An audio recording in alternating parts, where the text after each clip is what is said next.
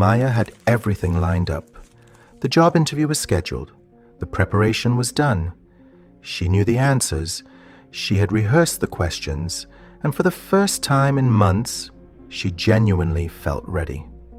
The night before, she stayed up until 2 a.m., not preparing, watching videos, scrolling, telling herself she would sleep soon.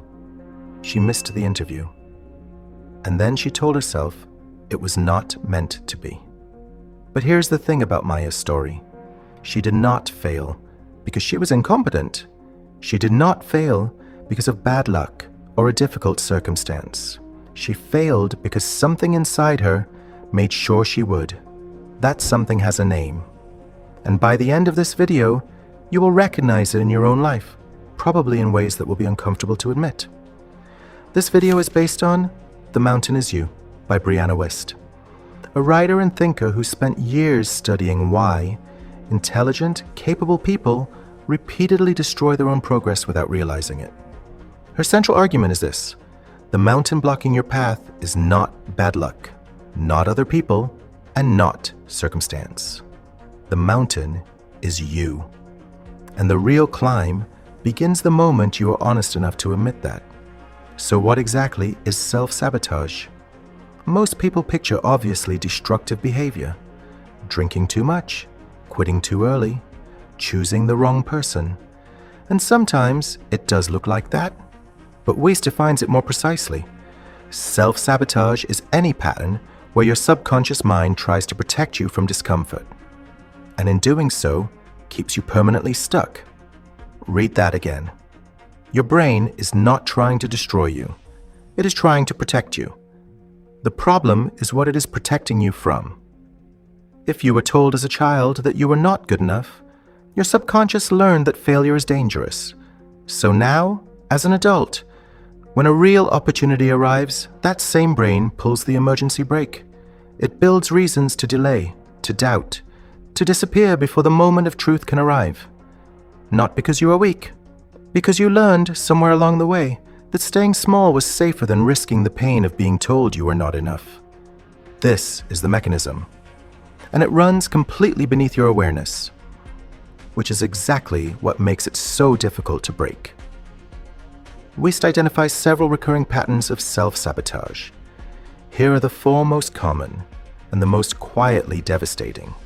The first is procrastination, not the kind where you are simply being lazy. The kind where you genuinely want something, a goal, a project, a dream, and you find yourself doing anything else instead. Maya wanted that job badly, but the more it mattered, the more her brain manufactured reasons to avoid preparing for it.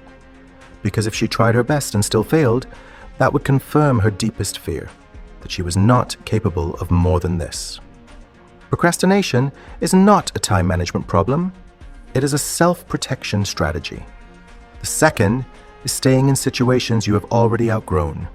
The relationship that stopped working 2 years ago. The job you complain about every week. The friendship that consistently drains you. Wiest is direct about this. The reason most people stay is not love or loyalty. It is that leaving requires stepping into uncertainty. And uncertainty feels more threatening to the subconscious than familiar pain. Familiar pain, at least, is known. You have survived it before. You know its shape. The unknown might be worse. So the brain chooses the certain pain over the uncertain future, and quietly calls it being realistic. The third is approval seeking. This one is subtle enough that most people never identify it as self-sabotage at all. It looks like being considerate, being easy to work with, being thoughtful about other people's feelings. But underneath, approval seeking means you have handed the permission slip for your own life to other people. You do not apply until someone tells you that you should. You do not speak until you have calculated whether your words will be well received. You do not decide until you have checked what everyone else thinks. What you receive in return for all of that approval is a life that belongs to everyone except you. The fourth is overthinking, disguised as preparation. You research the idea for 6 months instead of testing it. You revise the plan until it feels perfect instead of executing an imperfect one. Wiest calls this productive procrastination. It feels like progress. It looks like diligence. But its actual function is to delay the moment of truth, the moment where the real world gives you real feedback. Because real feedback might hurt. Here is where Wiest's book becomes genuinely different from standard self-help. She says that identifying the pattern is not enough. You have to find the root, the specific fear underneath the behavior. Every self-sabotaging pattern points back to one of a small number of core fears. Fear of failure, which keeps you from trying. Fear of success, which keeps you from finishing. Fear of rejection, which keeps you from being seen. Fear of abandonment, which keeps you in the wrong rooms. The way to find yours is simple, but uncomfortable. The next time you catch yourself in one of these patterns, do not just stop the behavior. Ask the question underneath it. What am I actually afraid will happen if this works out? Not the surface answer, the real one. Maya's real answer was not, I am afraid I will fail the interview. It was this. I am afraid that if I try my best and still fail, I will have proof. Real, undeniable proof that I am not capable of more than this. That is a completely different problem, and it requires a completely different solution. Wiest offers a clear starting framework. Step 1. Separate yourself from the thought. When the pattern activates, the urge to scroll instead of work, the voice that says you are not ready, the pullback toward what you already know is wrong, do not merge with it. Say, quietly, this is a thought, it is not me. You are not your fear. You are the person observing the fear. That distinction, practiced consistently, creates real distance between you and the pattern. Step 2. Name it precisely. Vague awareness changes nothing. I self-sabotage sometimes is not useful. I procrastinate specifically when I am about to pursue something I genuinely care about because I'm afraid that trying and failing will confirm I am not enough. That is a sentence you can actually work with. Precision removes the pattern's power to hide. Step 3. Become your own advocate. Wiest asks one question that is worth sitting with. Would you speak to someone you love the way you speak to yourself? Would you tell a close friend they are not ready, not capable, not enough, every time they were about to take a real step forward?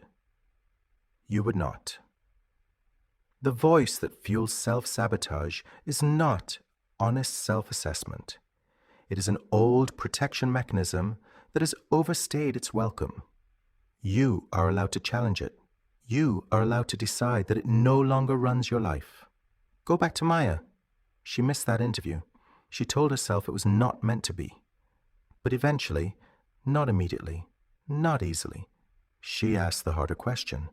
Not, why did I fail? But, why did I make sure I would? And when she found the honest answer, not the comfortable one, everything shifted. Not dramatically, not overnight, but the mountain, which had seemed permanent and immovable, moved. Brianna Wiest's most important point in this entire book is quiet, and it is this. You are not sabotaging yourself because something is wrong with you. You are sabotaging yourself because some part of you is still trying to keep you safe from a pain you experienced a long time ago. The work, the real work, is showing that part of you that you are safe enough now to grow. The mountain is not your enemy. It never was. If this landed for you, drop the one pattern you recognize most in yourself in the comments. Reading them every week genuinely changes how I think about what to make next. And if you are not subscribed yet, this is a 3-part series. The next video goes deeper into the climb itself. You do not want to start it without this one.